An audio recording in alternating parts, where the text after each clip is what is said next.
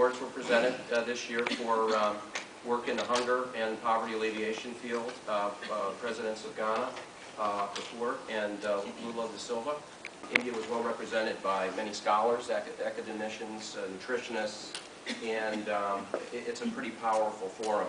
So I had a chance to give this presentation there, and I've skinnied it up because I hear I have 15 minutes. So here we go. I'm hopeful that you'll all leave with a better understanding of what food banks are. Some of you may have working familiarity. I gather that people here are from all over the world, or certainly from the United States, and there's a robust food banking system here.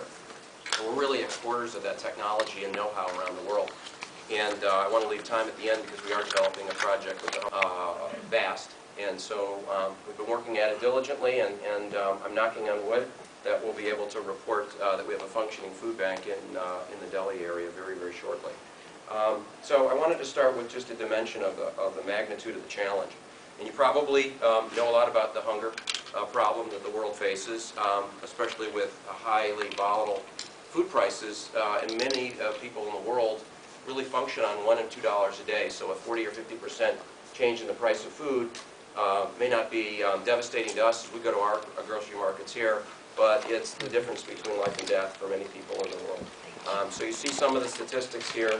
I think everybody understands, and our fundamental premise at the Global Food Bank, is that we have a little diagram here, and we really fundamentally believe that, which is if you are not well fed, really none of the other aspects of your life that need to be addressed, whether it's being healthy, being educated, being job trained, or frankly having hope for a better future, those really are not going to be conditions that can be satisfied unless you have the nutritional requirements to help face the realities of each day.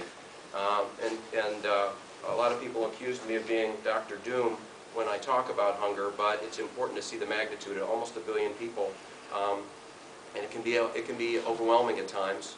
And even in this country, the Feeding America system, which is the umbrella organization that was part of our founding in 2006, operates through 203 food banks in the U.S.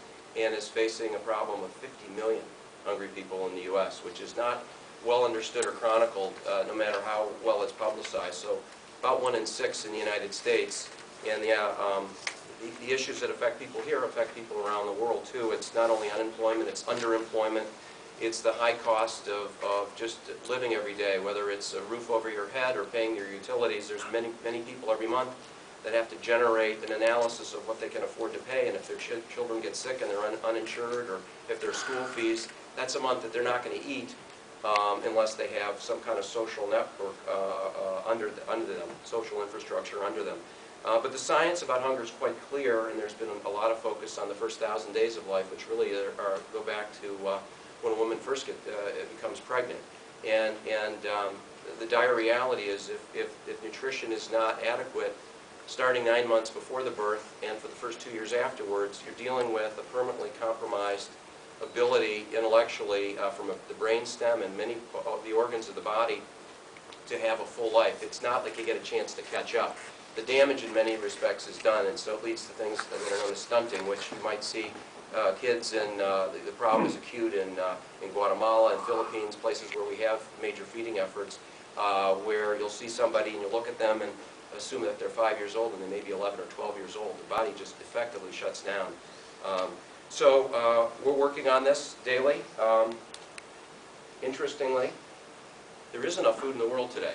That will be a challenge as the world continues to move to 9 billion people, excuse me, on the Earth, which is predicted to happen by 2050. But there is today enough food. It's just not in the right spots.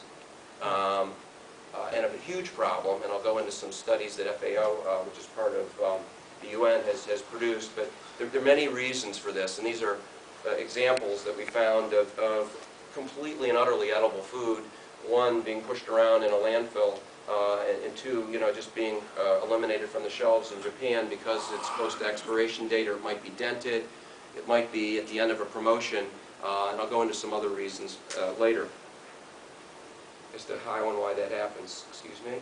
Here is the FAO study that was released in May, which talks about the sheer magnitude of food wasted around the world, which is 1.3 billion tons of food lost each year, which is pretty inconceivable.